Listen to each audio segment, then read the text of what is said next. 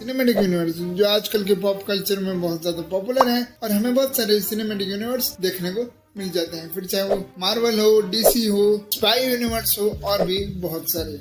और ज्यादातर लोग यही सोचते हैं कि सिनेमैटिक यूनिवर्स होने के सिर्फ पॉजिटिव ही हैं। बट जैसे कहा जाता है कि हर सिक्के के दो पहलू होते हैं, उसी तरह सिनेमैटिक यूनिवर्स के भी कुछ नेगेटिव इफेक्ट हैं, स्पेशली इन एक्टर्स के ऊपर जो इन मूवीज में काम करते हैं। लियोनार्डो दी कैप्रियो जैसे बड़े एक्टर ने स्टेटमेंट दी थी कि वो कभी किसी मूवी के सीक्वल या किसी सिनेमैटिक यूनिवर्स का पार्ट नहीं बनेंगे। तो आखिर ऐसा क्यों, चलो पता लगाते हैं। तो एक मूवी यूनिवर्स को बनाने में काफी सालों का टाइम लगता है और अगर ये एक बार चल गया तो इससे लॉन्ग टर्म बेनिफिट होता है। तो एग्जांपल लेते हैं सबसे बड़े यूनिवर्स का, जो है मार्वल यूनिवर्स। इसकी शुरुआत 2008 में हुई थी और ये ओवर द टाइम कितना ज्यादा पॉपुलर हुआ है वो तो तुम्हें पता ही है, स्पेशली 2019 की एंड गेम मूवी के बाद। और अगर सिनेमैटिक यूनिवर्स का सबसे ज्यादा फायदा इनके क्रिएटरों के बाद किसी को होता है तो वो होता है इनमें काम करने वाले एक्टर्स को। उनको काफी ज्यादा पॉपुलैरिटी मिल जाती है।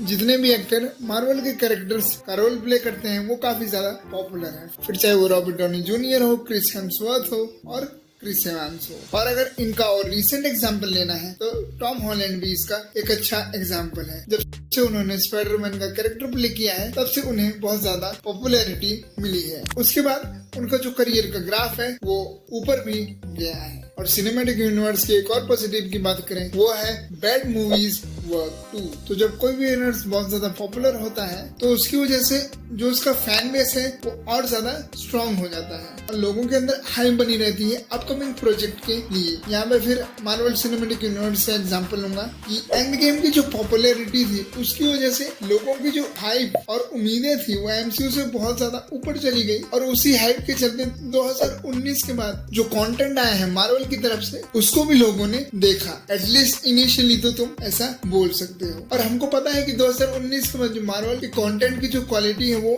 गिरी ही है, फिर भी उसको ठीक ठाक नंबर जनरेट हो गए हैं। तो ये भी एक फायदा है कि अगर कोई भी मूवी सिनेमैटिक यूनिवर्स में उतनी अच्छी ना हो तब भी वो कभी कभी चल जाती है। और इसका मेन रीजन है हाइप और दूसरा है कि अगर किसी को यूनिवर्स की कंटिन्यूटी में रहना है तो उसे सारे कंटेंट देखने पड़ेंगे, नहीं तो वो कुछ ना कुछ मिस आउट कर जाएगा। तो ये तो होगा पॉजिटिव्स। अब बात कर लेते हैं इनके नेगेटिव्स के ऊपर। तो जैसे कि मैंने अपने पहले पॉइंट में बोला कि इसकी वजह से एक्टर्स बहुत ज्यादा पॉपुलर हो जाते हैं, उनका एक नाम बन जाता है पूरी इंडस्ट्री में। ये होता तो जरूर है बट इसका भी एक नेगेटिव इफेक्ट है कि जो एक्टर्स हैं उनको लोग सिर्फ उसी कैरेक्टर से एसोसिएट करने लगते हैं, जो कि एक अच्छी चीज है कि तुम्हारा कैरेक्टर पॉपुलर हो रहा है बट इतना ज्यादा भी नहीं होना चाहिए कि जो तुम्हारी खुद की आइडेंटिटी है वो गायब हो जाए। जैसे जो फेमस कैरेक्टर के जो एक्टर्स हैं लोग ज्यादातर उनको उनके कैरेक्टर के नाम से ही जानते हैं rather than there real names. और इसका एक पॉइंट ये भी है कि जो वो एक्टर्स होते हैं वो भी एक तरीके से स्टीरियोटाइप हो जाते हैं और एक लूप में फंस जाते हैं। जो भी उनको काम मिलता है वो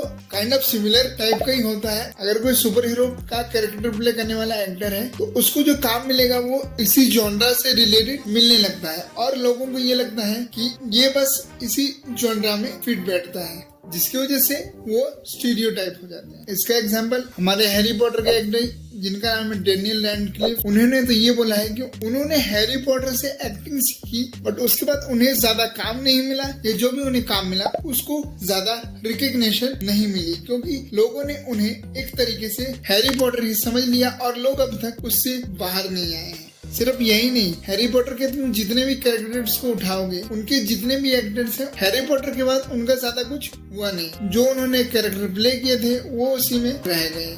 ऑडियंस इस चीज में क्या रोल प्ले करती है और उसकी वजह से भी इन लोगों को क्या दिक्कत होती है वो भी सुनो।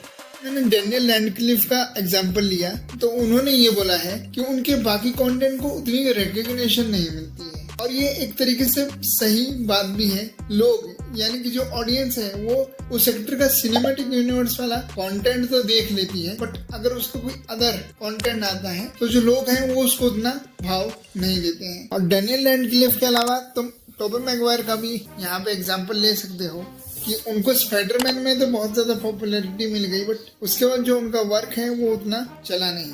मैं ये नहीं बोल रहा हूँ कि उन्होंने काम किया ही नहीं बट उनका जो काम है उसको उतनी ज्यादा पॉपुलैरिटी नहीं मिली, जिसकी वजह से जो एक्टर्स का और इसकी वजह से जो एक्टर्स का कॉन्फिडेंस है और डायरेक्टर्स और प्रोड्यूसर का एक्टर में से भरोसा एक तरीके से कम हो जाता है कि इस बंदे का कोई और काम तो चल ही नहीं रहा है। जो कि एक बहुत तगड़ा इम्पैक्ट डालता है उस एक्टर के ओवरऑल करियर के ऊपर। और यहाँ पे एक बात मैं और ऐड ऑन करना चाहूंगा कि इस केस में जैसे एक्टर्स हैं जो कि एक्सेप्शन है, यानी कि सिनेमैटिक यूनिवर्स का पार्ट होने के बावजूद उन्होंने अपना एक अलग नाम बनाया है। इसमें से कुछ एग्जाम्पल है रॉबर्ट डॉनी जूनियर और किलियन मर्फी। तो यही था आज के इस वीडियो में, जिसके अंदर मैंने तुम्हें बताया कि सिनेमैटिक यूनिवर्स की वजह से जो चीजें होती हैं वो हर बार अच्छी नहीं होती और एक्टर्स पर इसकी वजह से नेगेटिव इम्पैक्ट भी पड़ता है।